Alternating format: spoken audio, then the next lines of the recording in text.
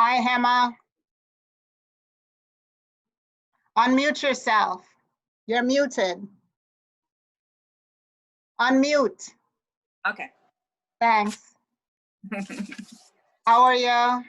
I'm doing good. I'm doing good. Robin recommend you, and Robin was my previous employer. Yes, she told me. Thank you. And Thank how you. long have you been not working? Just since the COVID time, or what happened? Much, yeah. Okay. But I officially got laid off in June. Okay. But yeah, that's it. So it was a little rough, but I've been there for quite some time, so I did not have. I need a little Got refreshment. lazy on interviewing skills. Kind of forget all the little points and all the keys and all the stuff that I need to pay attention to. So I need a little refreshment. I know, and it happens all the time. So take things for granted, right? well, yes, you do. And basically, I tell people to always be interviewing. Even if it's talking to other people while you network, do it in a way that, could I work for this person, or does this person have a job that I think I might want? I did the same. I was lazy too for years. I was in corporate, which made it even worse, because when you're in a corporate job, I just got promoted, and it was to the point where people would pick me for projects. I never had to interview for a project. So when you have that skill set, you take it for granted. You put that in the back burner. Yeah. So when I finally had to interview, I'm like, oh my God, I'm very rusty. And since that point, sometimes I would just go on interviews just to practice, even though I know I didn't want the job. Oh, okay. For the experience and, what just to keep yourself fresh. And you know what, Hema? Sometimes people will have a job that makes you really think. Like, yes. Oh, I didn't think I'd like this job, but. No, I remember when I used to go for interview, I remember that the questions they used to ask me, I never thought of that, and that was like a plus for me. Yeah. So all of that I used to put like, okay, now I know I have to remember to answer this question. Correct. And practice, it's easy to practice with, somebody like me. So my background, Hema, is I had a marketing and analytics company for 17 years after I left corporate. And that's how I met Robin. Okay. And so I had about 10,000 people in my database and 200 employees. So I was in charge of hiring all the HR, the operations. I did all the back end side, worked with the billing departments and set up. So my business partner did like the sales side, but all of this part was mine. Right. So, I have rubrics that I use to interview different types of people, so that my recruiting team would be able to pick out the best person, all the way from an admin person to a senior executive, for my leadership team. You have to have different ways of identifying what that skill set is. Oh, wow. And the one that I thought was best for you to take a look at was the one that I sent to you. Did you have a chance, the competency-based interview? I did. I look at the questions, yeah. And some of those questions they're not all perfect for you, but questions in the realm of that. Yes. So I'm gonna record you today, Hema. Okay. So I could send it back to you, and you could assess yourself. All right. On how you think you could answer the question better, or you'll go, gee whiz, I didn't mention blah blah blah blah blah, and you can add that. That's the only reason I'm recording it. So I'm not using it for anything else. I'll delete it once I send it to you, right? So let's start recording. And just pretend that I didn't even print the questions out. Let me bring them But up. would you guide me along the questions, like the answers I'm giving you? Would you Yes, like? absolutely. Okay. Absolutely. This is a good practice session. Okay. I'm sorry, my background is too much light. I'm trying to block it out. It's beautiful. Where are you, Emma? Where do you live? I live in Queens. Okay, I'm in Brooklyn most of the time. I'm in Long Island today. I go between Brooklyn and Long Island. Okay, I'm in Kew Garden, Queens. Okay, I'm in Canarsie. I'm like 15 minutes or less from you. Okay. All right, let me bring up my interviewing. I'm actually gonna share my screen so that you can see some of this stuff here.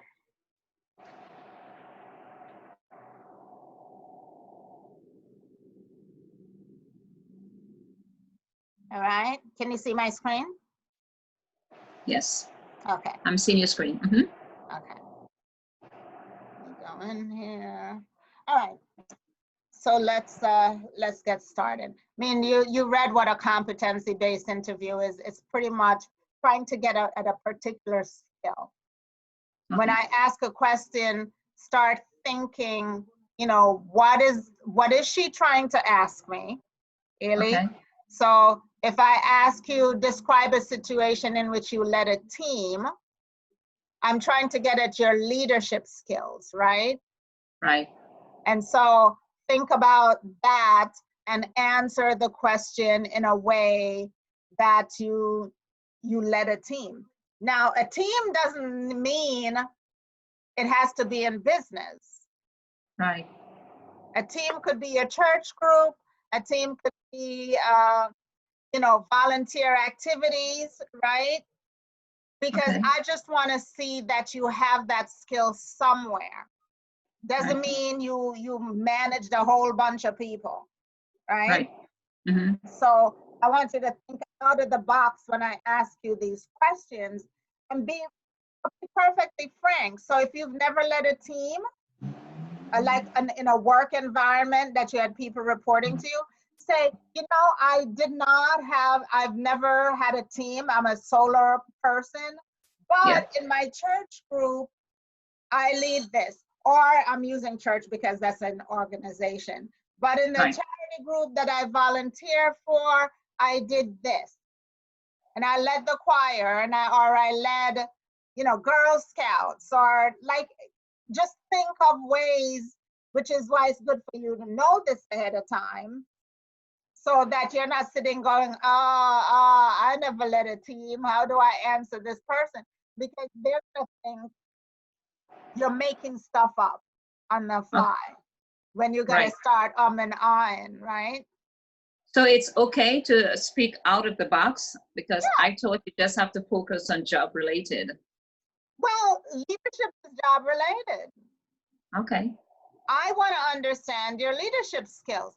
So Okay. if I'm asking you that, and I Mhm. can assess that you've led people somewhere, then I know you probably can lead people in the job I'm going to give you if you've never done that before. I see. But I'd like to know that you have leadership skills, right? Okay. Right. Same thing with conflict. If you tell me you've never had a conflict in the workplace, that's a big signal for me. Right.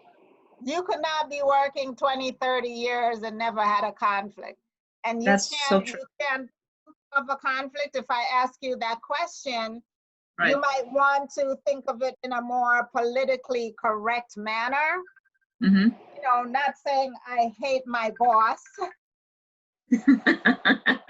but you want to think of that in a way that you handled the conflict well and came to a good resolution, right? Okay. The end Mhm. product was good. So I'm going to start asking, let's pretend we're starting the interview. Hi, Emma. Hi. How do you pronounce your name? Hema. Hema. Hema, but I see Yes. it's hematite. Or Emma Hema T? T. Emma Yeah, that T? is that is my book name, but my calling name is Hema, which is Okay. a lot more easier to say. Yes, it is. It is. Thank you so much, Hema. I don't like to Thank take it for granted. Some people don't like to shorten their name, so I no, try to thank you not so take that for thank you granted. for this opportunity. You're welcome. So tell me a little bit about yourself, Hema, and what you've been doing in the past couple of years. I didn't hear that question. Tell me a little bit about yourself and what you've Okay, been doing in the past couple of years.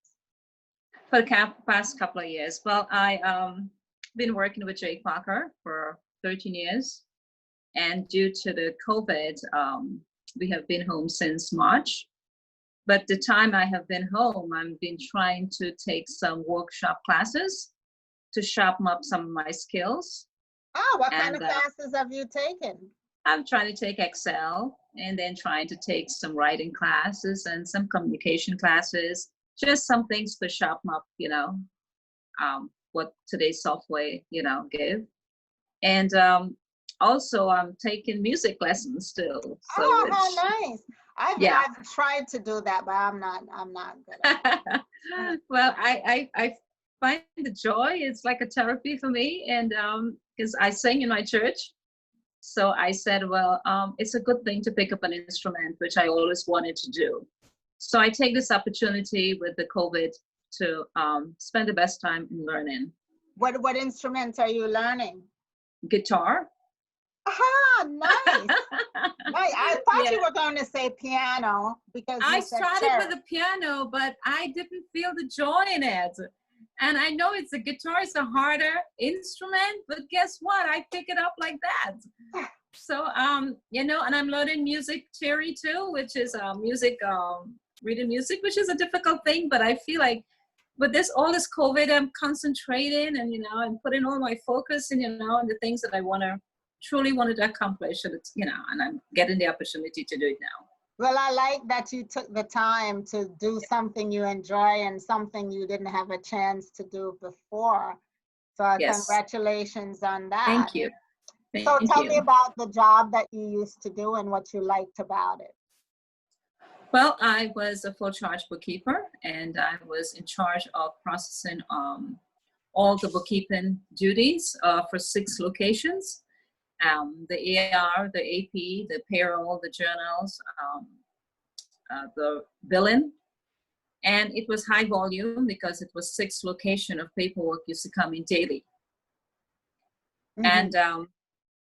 And because we work with a custom software, the technology wasn't so much to interact with because we work with a custom Right. software, accounting and everything. And because the volume of work was high, it was as soon as I clear my desk, the work come back.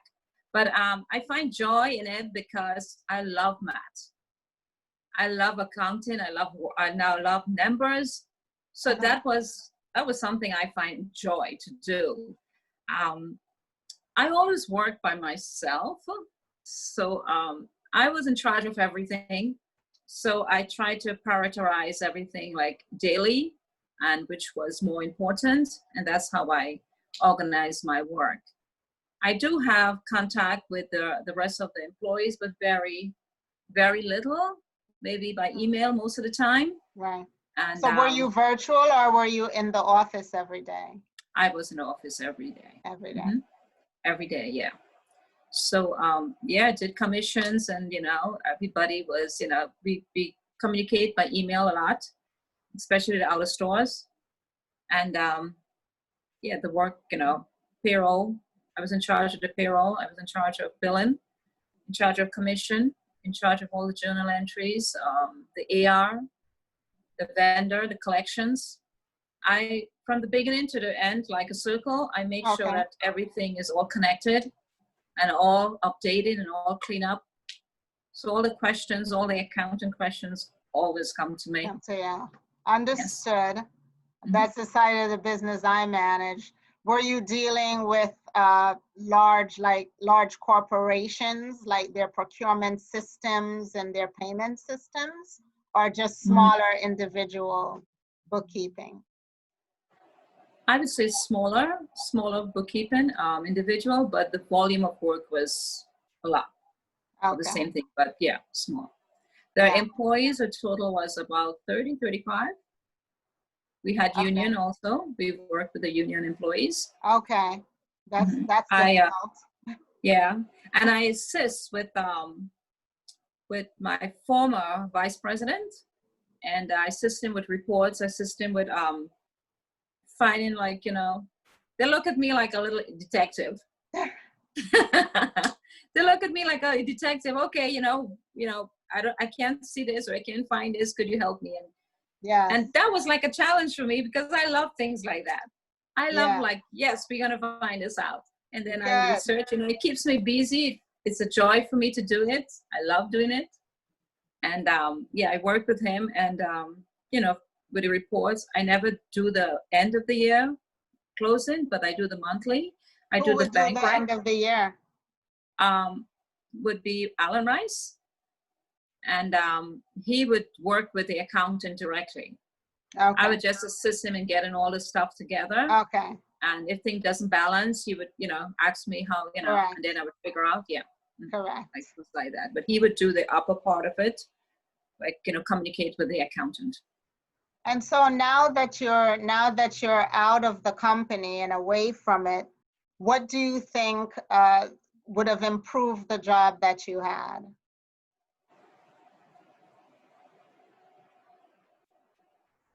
I would say, for me, I would love to have more technology-wise in software, like all the Instagram and all that, stuff that I really didn't, wasn't working with. But I know in today's world, everything is, all of this communication is social. I didn't have any kind of part of that. So I wanted to, like, update myself in this modern technology. And what about, you said you used a custom software. What about QuickBooks and, NetSuite and things like that? Are you proficient in those? I used to work with QuickBooks in my prior job, but that was so long, that was probably the older version. But the concept is the same thing. The concept is the same thing, but it was I would say it's an older version from today. But in J. Parker, it was a custom software with accounting. So it was a framing connected with the accounting. So we had to work with the custom accounting software to get everything all connected. Okay. Understood. But I believe that, with the QuickBooks, I work with QuickBooks. I work with Petrie in Saxon Textile. And that we started with a custom software also, and then we convert to Petrie. And I pretty much did 80% of the conversion by myself. Would you recommend that to a future company, that they not use a custom software?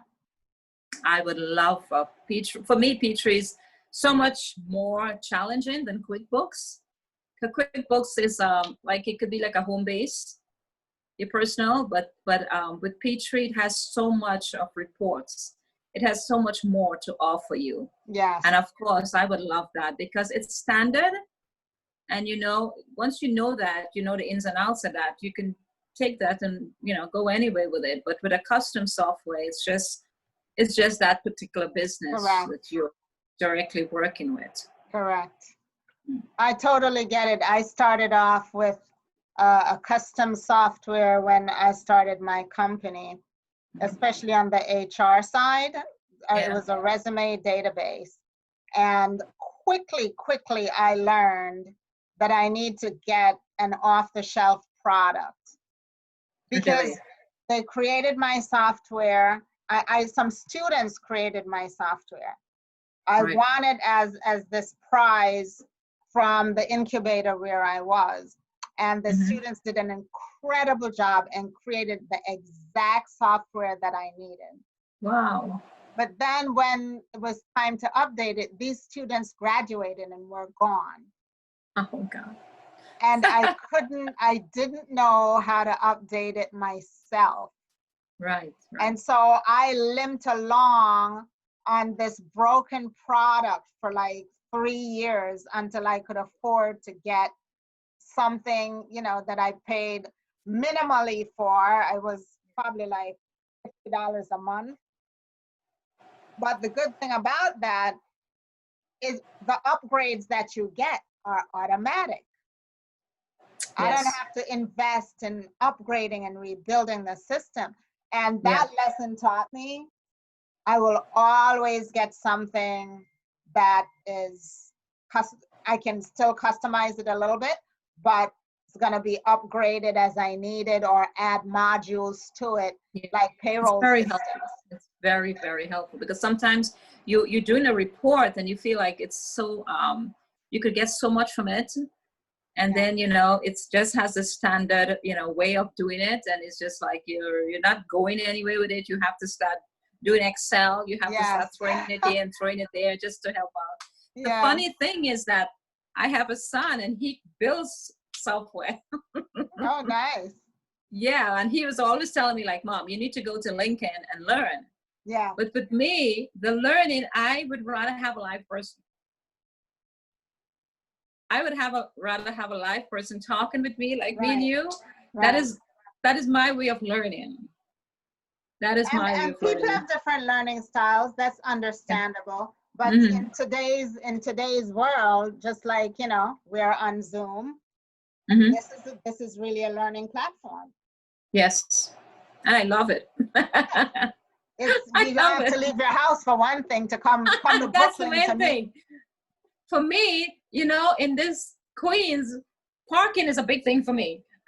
Yes. Parking is so, hard. They're like, yes, I could be right home. Exactly.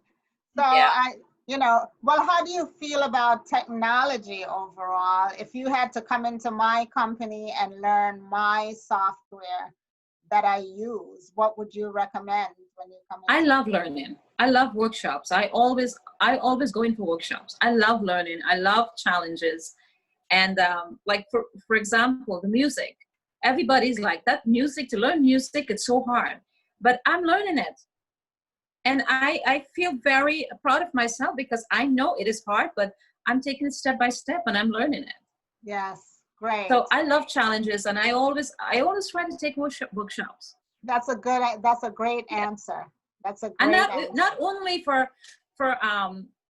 job related, but for different things, like related to your personal, different things. I like to mix it up. Well, do you still have good working relations with your colleagues from other companies, or from your most recent company? From other companies, I will have to reach out to them. I really don't have that connection. It's been so long. And you said you're not on all the social media stuff either. No. So that's a great way to keep in touch with people, is just from getting on LinkedIn or Facebook, ask them to connect on Facebook. Oh, okay. But this is a great way to keep in touch with people without having to go to lunch, or, and that's a good thing, to go out and have lunch. But this way you keep track of what people are doing. If they move to a different company, then, for example, if you knew someone who worked in my company now that you knew from then, you used to work with Sandy. Tell me a bit about Sandy before I have this interview with her. That's right. How you use those relationships, Okay. Yes. Well, I'm sure you're in the process of making a big decision now about where to work and how do you go about that process? How do you decide who you're going to want to work with? Well, the first thing I was thinking, well, when I can get out after this COVID, I was looking into some agencies. And I wanted to start in that area, to go to agencies, and maybe, because I could do the internet search, as my son has told me, Indeed. Correct. Some of those, Well, you don't have to wait until COVID is over. Okay. Most of them are doing Zoom interviews just like I'm doing. Okay. So you don't let that delay you in, okay. Falling back. Sorry. It's okay. not using the technology that's available. Okay. It will show that you're proactive by reaching out. And this might be step number one in interviewing you here. Then later, Right. when COVID opened, they might want an in-person if they thought they liked what they see. Yes. Okay. So do not wait. Don't use that as an excuse that, you know, you can't go out. Everybody's on Zoom right now. Okay. My husband's a lawyer. They're doing trials by Zoom. Wow. Wow. Right? They're That's interviewing juries. They're doing all these things by Zoom. Life isn't stopping because it's not going to go back to the way it was. Oh my God. It's not. There's a new normal. It is. There are people liking, Hema, to work from home. They're working from home for the first time, and they're saying, oh my God, I could get a job working from home. And I heard people talk about it. Yeah, people said, I love this. Because when I call, sometimes I call like some of my my bills, like Time Warner, and she was like, I'm working from home and I love it. And, you know. Yes, absolutely. So that's going to be a problem for employers when they want to bring people back. And I know people who are assessing that right now in their companies, because I've been telling them for years, you don't need an office that you're paying $10,000 a month for. That's what I'm saying. Manhattan. It should be better for them. It should be better, like, you know, it costs, you know, less overhead. Yeah. And even women in my group that Robin was in, they're going, oh my God, Sandy, you've been telling me this for years and I resisted it. I'm never going back to having an office the same way. My company was virtual for all of those years. So I this is my natural environment to work. So this is a positive thing that COVID brings. Yes, for a lot of people it will be. So tell me about what a big thing that you've accomplished in your life, Hema. Like, what do you consider a big accomplishment? The big thing I accomplished in my life that I get out from a relationship. And I sold my house, and I took charge, and I sold my house, and I come in my apartment, and I'm happy. And I'm on my own, and I'm enjoying life, which I should have done a long time. Good. I've been in a relationship, a marriage relationship for over 10 years that wasn't the best thing. And I couldn't get out because of the house. And I felt I was in prison. And I sold the house, which took some while, but I kept my faith, and I'm out. And whatever I got from it, I purchased a co-op. Nice. And I am so happy that it's like, I feel like that's the biggest accomplishment I have made. You know, you could see it on you. You could see that you feel unencumbered by things. I do. I feel free for the first time. Nice. Congratulations. Thank you. So let's talk about, have you led any teams, Hema? Tell me about some teams or things that you've done, you know, for leadership. Okay. Well, most of the time in my job, it was always me alone in the office, but I could share what I did in my church. Because we always in small groups. And recently, for the past 3 or 4 years, we have maybe 4 ladies, which we come together and we do Valentine. We do a little Valentine. We don't do parties, so we do a little Valentine dinner. And they always like, okay, you're gonna plan it. So I planned it, and I was like, okay, you're gonna do the food, you're gonna do the communication, and I'm gonna do the presentation. And then I kind of like laid out, like, you know, what we're gonna do. I give them ideas about the food and how to go about it. I give the other person the communication, like, you know, how to communicate with them, when to remind them, what to send. I would make all the invitation. I would do all the emails, but I would just forward it to them and said, okay, this is what you need to do in this area, and keep up with it, and keep me in the loop of how things going with it. And the same thing with the person who is in charge with the food. You know, she was like, I don't know how to come up with a menu, and I give her some options, and she take it from there. And then I would do the whole presentation. I would organize the speech. I would organize what we're going to do, what we're going to talk about, how we're going to keep them entertained. And how successful was your presentation? It was always like, tell me when to come back again next year. It was always they always enjoy it. They always enjoy it. Yeah, they look forward for it. Actually, they look forward for it every year. You have to invite me next time. Of course, we 4 ladies would bring this together. And the thing is that with me, having the music background, I would do the music myself.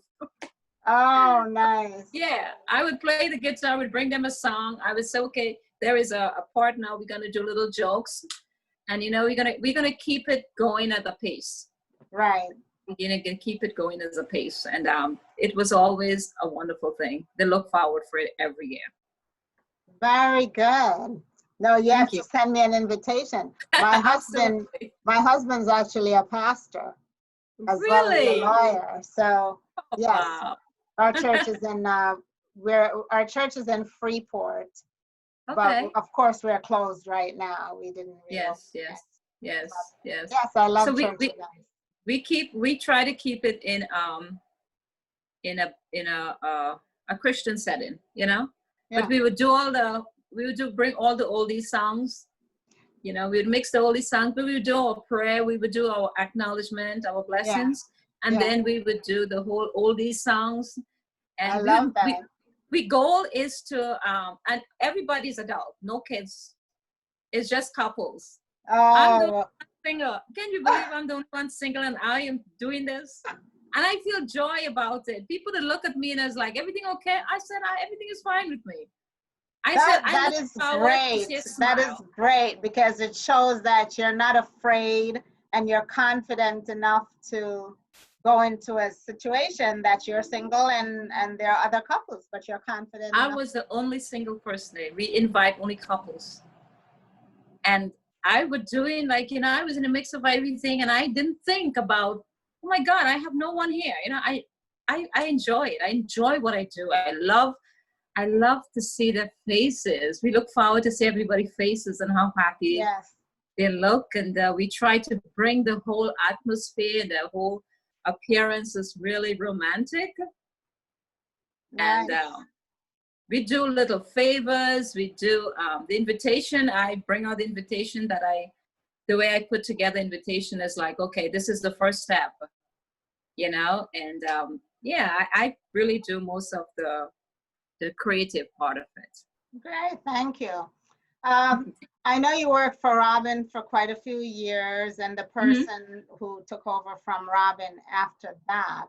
So give me an example of a challenge that you faced in the workplace and how you overcame that challenge, whether it was with your boss or another employee or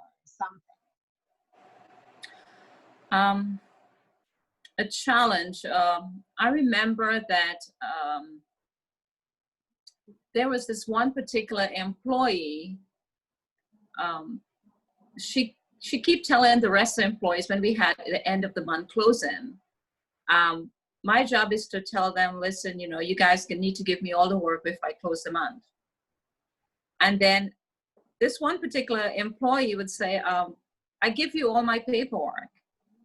And then in the system showing I didn't enter it. So I keep saying, no, you didn't give it to me. So I remember the manager from that department came up and she said, well, this is what she's saying, this is what you're saying, how we could fix this. And they're coming up with all the ideas. So I said, well, why don't we log all the orders in a sheet? Before I pick up the paperwork, give me that log.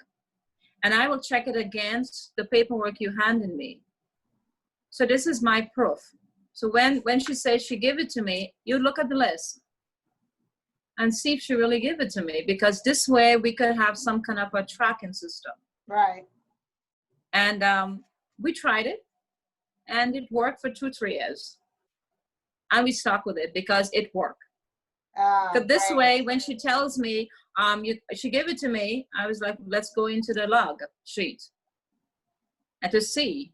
And we never had that problem again. We never had that question or that situation come up again because it's solved. Perfect. That's a great example. Thank you. Thank you.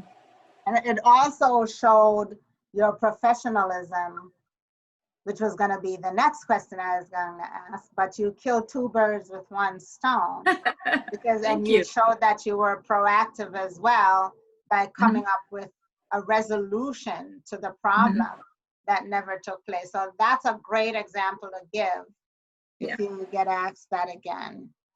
Okay. Give me an example. Well, you know, this also goes to this question about how you solve the problem in a creative way. I mean, that one answer killed a lot of things that I was going to ask you because I could tell you were creative about that. Okay.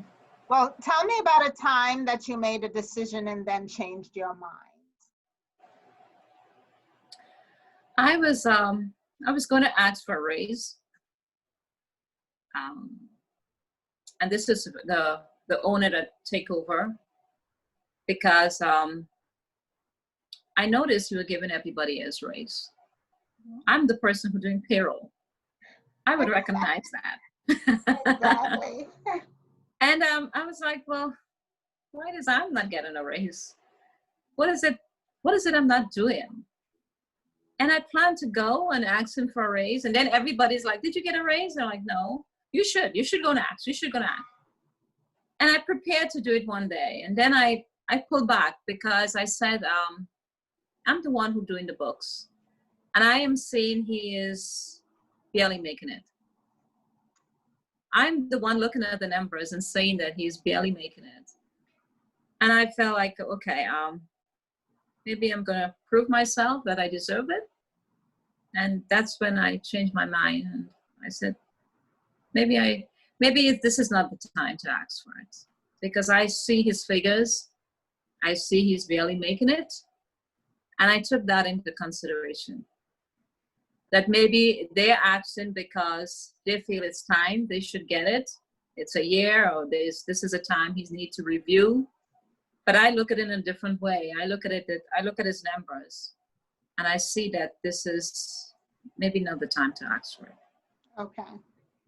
So I'm going to say this to you as, you know, response to your decision, not overall, but you answered the question very well.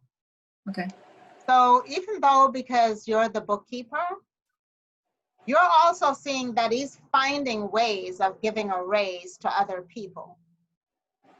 They ask for it and he figures it out.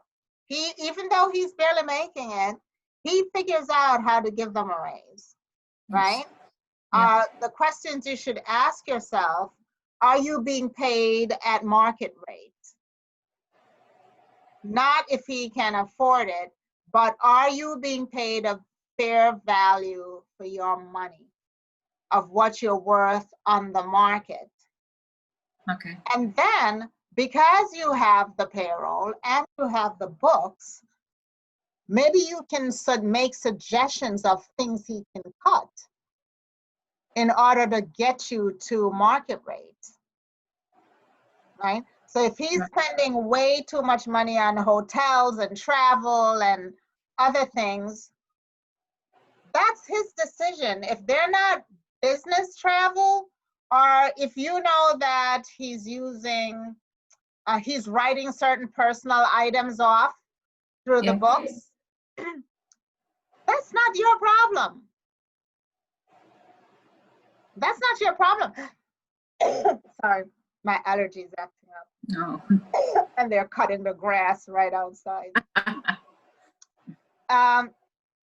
Yeah, so you have to assess, like, what does this mean to me in my future, right? Am I getting paid a fair value? Those other people did that.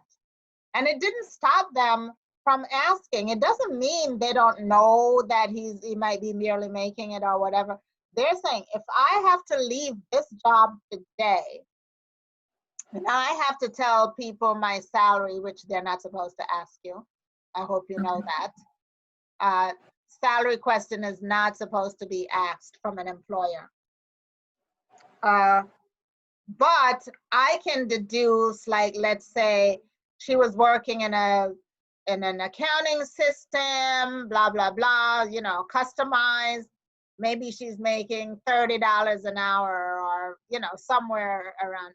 Like, you're not working in a system that you could leave this job and go pick up another job, which might put you at $50 an hour, right? Okay. So I'm doing that rationale in my head. You should be doing the rationale of, if I look on Indeed, what they're paying people for my job is X. I am making Y. Therefore, I am not being paid the value that I'm worth. Okay. And likewise, as the bookkeeper, and maybe you can sit with the accountant and talk through some of this, if you see a lot of people are getting paid over what they're supposed to be making, because you could go to salary.com and look up any one of those roles that you say, and say, okay, people in the marketplace are making $50,000 for this job. Why is this person making 75? I'm not saying he shouldn't make 75, but as the bookkeeper, I should be able to justify why they're making 75. A, they're bringing in all the sales, right? B, they might have a higher skill set, or a higher, like, you should be able to justify that when someone's coming in at that rate. And you need to develop a relationship with the person that you work with or work for to support, that says they should be able to come to you before they even say yes to that raise. And that's something you can talk about in your next opportunity. You know, when you go, you say, Sandy, I'm just starting here in this company. I want to do an assessment of everybody's of payroll and make sure if people are at market rate, including my own position, and you know what you can afford to pay them. Because some years, some people might be making way above market rate, and if they deserve it, you give them the money. But if they just got like a rating, if they don't have an assessment tool, or you know, an appraisal tool, then you really have to start helping them execute that. Okay. I know my bookkeeper and accountant and my CFO helped me with that problem of overpaying people or underpaying people, to make sure everyone, when they leave my job, they have a viable skill set and they're at market rate when they leave. Well, I felt like I didn't have that communication with him, or even the other employees. Wasn't a person that, you know, you could have. Right. The first thing would be like, I have a lot of expense, and there was no open opportunity to talk that type of conversation. Yes, but they have expense. But hold on 1 minute, please, Hema, 1 minute. Larry, I'm on a Zoom call. Can you give me 1 minute, Hema? Sure. I just, as someone is here, just let me Absolutely. stop for a minute.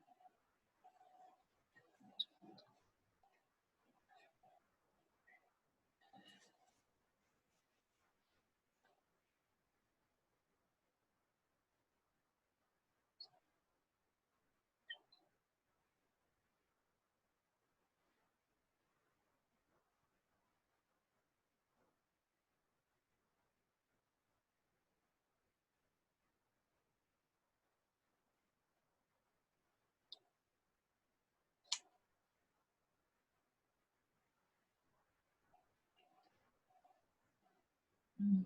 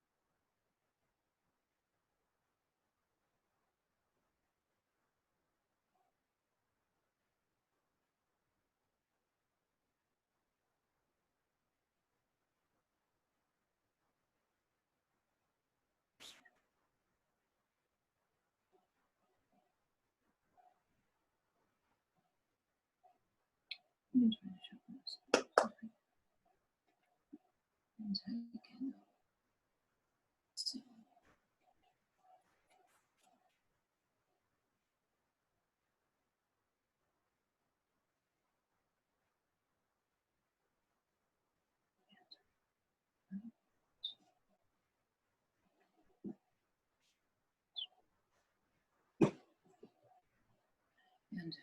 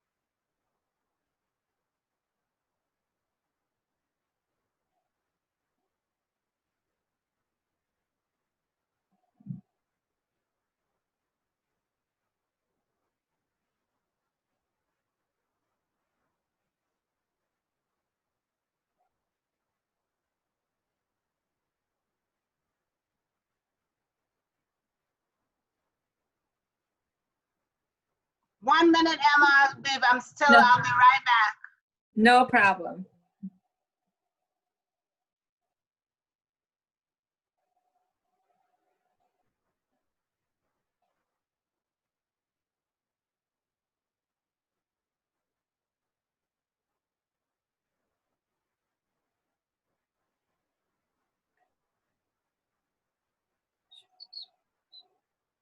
There we go.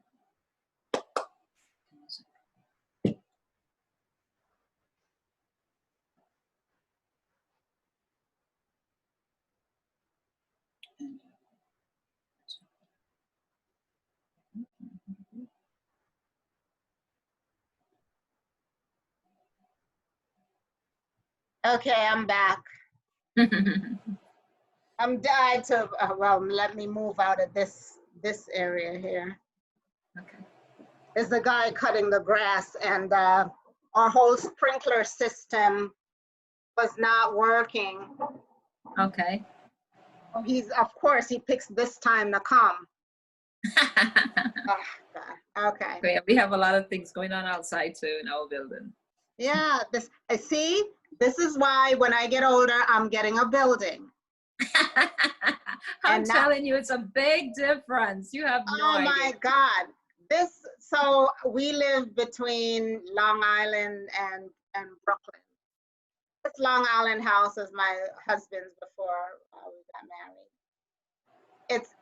It has lawn in the back, lawn in the front on two sides. Like it's sitting on, probably half-acre of land. Wow. And I'm like, it's too much maintenance as we get older. It is. And with a house, every year you have, for me, every year I'm doing something. Every year I'm fixing something. And the thing is, like, half of the time I don't even spend outside. I mean, I do. I spend time outside, but here it's just way too much maintenance. I planted for the first time a garden, like tomatoes and everything. Oh. But the sprinkler system, the way it was set up, couldn't get to water the plants.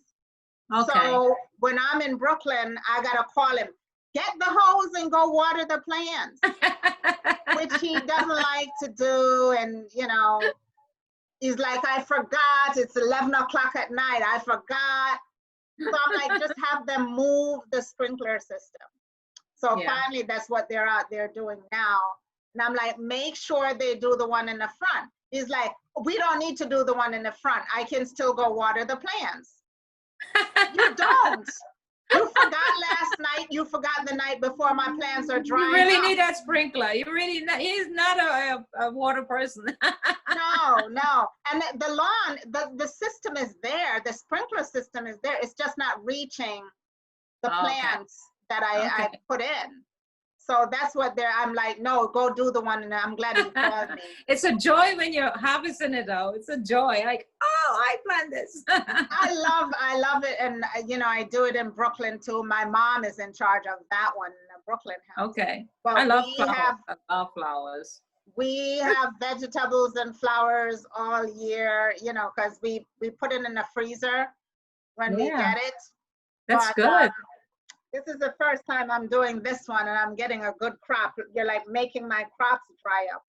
Anyway, I'm glad he called me. So I see what you like. I see what you enjoy. I enjoy my home. Good for you. And it's good exercise. The gardening is actually back-breaking. Oh, wow. Because you really have to bend and weed, and it's a lot of work, but it's good exercise to be out there, and you get sun. Yes. Because I'm vitamin D deficient, and you definitely need that. I go out and I get some sun, and it lets my husband get something to do because he'd never move out of his office. So, well, since I bought this co-op for 3 years, I really never explore what I have around me. Because I get up in the morning, go to work, come back, and I don't want to go out back again. Oh my God, you should. But now I figure out the park, the forest park right behind me. So every morning I'm getting up and going for a walk. Yes, and I love it. That's the best thing. And you don't have to mow the lawn at the park. I don't have to think about garbage and recycle, nothing. You have no idea this, because I used to do all of this. Yeah. I don't have to think about the roof is leaking or do something, nothing. It's perfect. It's perfect. Yeah. So, all right, let me get back to our questions here. Mm-hmm. I think overall you did a good job of using the examples that we had, Hema, that you gave me, answered a lot of questions, so that was good. Let me see another good one to give.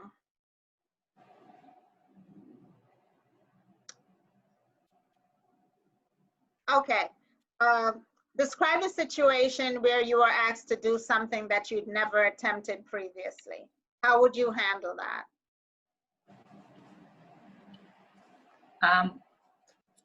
We had a situation that that this employee, um, she came to my office. At the time I had her assistant, so she was sitting down with my assistants just across me, and I overheard she saying that somebody harassed her in the job and she's going to sue the company. And I heard that and I felt like I could not keep that to myself. So I told Robin about it. I was looking out for the company in that prospect. It was not tattletaling, but I was looking out for the company.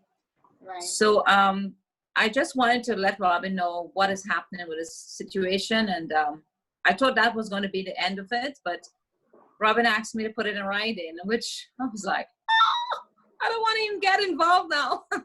Okay.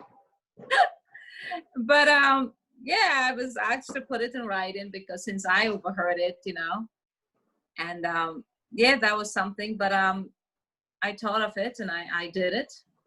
I did it for Robin because I thought of the company benefits, and that's how I handle it. Okay. No, that's a tough situation. Yeah. And I think you were well within your rights to help out with that. Yeah, because it was right across me, and I'm here, and she giving out this whole, this is what I'm gonna do. I need to go to college, so I need somebody to pay for my college, and this is the way I could make my money, and you know, and I'm hearing these things, and I was like, was she genuinely being harassed?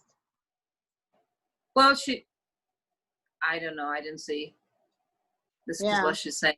Yeah, this is what she's saying. So I really didn't see, but I only heard that what she's going to do, and I'm sitting there and I say, should I say something or should I not? Should I say something? But I just wanted to give Robin a little heads up. That was my intention. Like, you know, maybe you keep an eye on the situation, but then Did she know that you were the one who told Robin? I don't know. I never heard anything any fingers point to me, so I don't know. Okay. Yeah. Maybe she said it to a couple of people, well, you know. So I mean, that was her intention to do. And I felt, let me, no, good answer.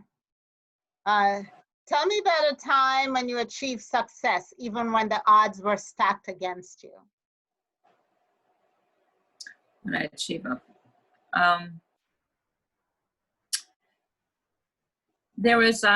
I got hired at J. Parker, hired as an assistant bookkeeper. And the person that I was working under, she was a full charge. And at some point, Robin hired a vice president. And as soon as she came into the job, she started telling me to learn the bookkeeper's job, try to learn her work. Now I have been, you know, me and Rose was a full-time bookkeeper, and we worked together 8 hours.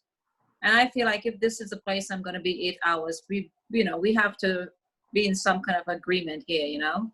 So I always try to keep that pace.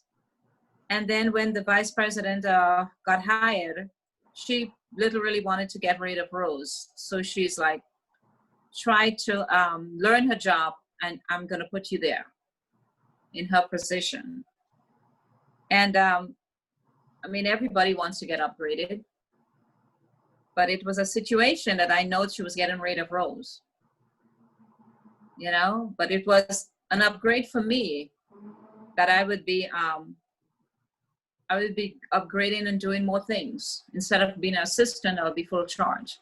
Right. It's not something I wanted to do against Rose because, you know, we worked at that time was about maybe 5 years. Okay. You know, so we kind of built a friendship. But right. But for me, it was an upgrade, and I didn't come there to take a job. Because I clearly remember when we had the recession, Rose, she was just standing by the window and she was looking at me and she said, what are you going to do if the recession is you know? So I said, well, if one door closes, another one opens. And she said, I'm not leaving until this door closes. So I already see her path, you know? Yeah. And then someone come in and tell me, learn her job and you're going to get promoted. Right. So that was a little awkward situation for me. Okay. Well, I think we've pretty much gone through most of the situational questions. So let me just go back and assess. Stop my share. Well, you have good answers, Hema. Thank you. You know, you're able to think on the fly, or I don't know if you thought about these questions, these answers before when you read them, but you came off during this interview, mock interview, as knowledgeable about the things. You didn't have to take too long to think about it, which is always a negative. You didn't do a lot of hemming and hawing. Oh, you just went right into it. And it's okay if you don't have an example or you can't think of one, but you can deflect it by saying, let me come back to that one. You know, let me come back to that one till I can think of a situation or something like that. Mm-hmm. It's perfectly fine. But it shows that you're honest in a lot of your dealings with your employer, which Mm-hmm. is if somebody I'm looking to hire, then yeah, I want that. Shows that you're professional. You probably think about your employer to your detriment too much. At some point, it's great. I want an employee that has my best interest at heart, but you should also have your own interest at heart as well. You should be always thinking towards future employment. This is how I tell my team to think about it. I tell them to think 1 year at a time. Like what I ask for an employee is 1 year, and I want the best year that you could give me. Okay. Right? That's all I ask from them. If you're only going to be in this job for 1 year, I want when you leave after that 1 year, I'm like, darn it, I miss Hema. Mm. Hema delivered on every single thing that I wanted for that 1 year, right? And I've had people, let's say I hire an intern, and I know the time frame an intern's going to be here for a year. My goal is to hire that intern full time after they're done, after that year. But if you give me a wishy-washy year, why should I hire you? You might have learned, but you weren't of value enough to me for me to hire you. You give me the best year, I'm not letting you get away. Mm. So in that sense, the intern is learning all that they need. I am going to throw everything at them. They're going to leave. When they leave my job, they should get a job making, twice what they were making with me, because they would have learned so much on this job. Mm. And that's the same thing you should be doing. You should always ask yourself, what will I learn from this job? Because you're on a path of learning yourself. Mm-hmm. If you constantly take a job that you already know, what are you learning? That's right. You're the one giving, but the job isn't giving you anything, right? Mm-hmm. And that's a question you should always ask on an interview. So an interview process is 2 ways. Yes. I'm interviewing you, Mm-hmm. but guess what, Emma? You should be interviewing me. Okay. To see if this is a place you want to work. So what are some questions you would ask me to determine that? Well, I would try to learn the company well, and I would try to learn what is Do you look at the company's website and all of that before you go on interview to get to if I understand? get the information, yeah. If I get the information, for example, like last Thursday, I was just told that someone forwarded my resume to them, and they gave me a call to set up an appointment. So I didn't know what company was calling me, or who was really. She just said, we have this is the company that we receive your resume. We'd like to set up. So they're interviewing for a company? No, for the position, but they told me that they received my resume through accounting, I don't know, accounting agency or firm. Someone's forwarded to them. Uh-huh. And they have a position available, and they would like to make an appointment. And so did you ask them, what is this company? What is your website? Did you ask them all of that? I didn't ask the website. I just asked the name. And but she gave me pretty much what the company does. She told me what the company does, what is the hours, and she told me it's 8 weeks probation, and after it's a union job. So she said, she gave me the basic duties of the position, like the same bookkeeping situation. Is it something you're interested in? Yeah, it's interesting. It's location Long Island City, and which I know Long Island City. I used to live in Astoria, and Okay. I have no problem with the hours. And it's a union job, which is a plus for me. And did you send her a thank you note? I didn't. Because she told me that this week they're going to make a final decision, and if it doesn't matter. You should send her a thank you note, thanking her for interviewing you, telling her you're interested in the job. Send her an email, like when we get off the phone. Okay. Thank you. You could just Google any interview thank you letter. Thank you for interviewing me for the job. I think I'm well qualified to support you. These are the things I liked about the job. I think I can learn a lot. If you do believe you could learn a lot from the job. It will be a new type of company for me. And I would appreciate the opportunity to work with your company. Okay. It makes all the difference in the world. If I have two people that I think are equal, I have to decide on which one. The one who sends me the thank you letter is going to be the one. Really? Wow. Because it shows that they're interested. It shows that they're professional, and they even if you're not interested, you sound more interested than the other person. Okay. And it says a lot of that you're proactive instead of just sitting there waiting on me to get back to you. That you're doing all the necessary things you need to do to get a job. Okay. Right? Yes. So when we get off, do you have that person's email address? I do. Yes. If you don't have their email address and you have their phone number, you call them. Okay. If there's an answering machine, you leave a message. Thank you. I just wanted to thank you so much for the interview. I thought it was great. I'd love the opportunity to have that job, and I really appreciate it. Please let me know when you'll be getting back to me. Okay. Right? Even though she told me that this week they're going to make a final decision. Yeah. Send them, or please let me know. I hope I'll be the one that you'll be calling for the job.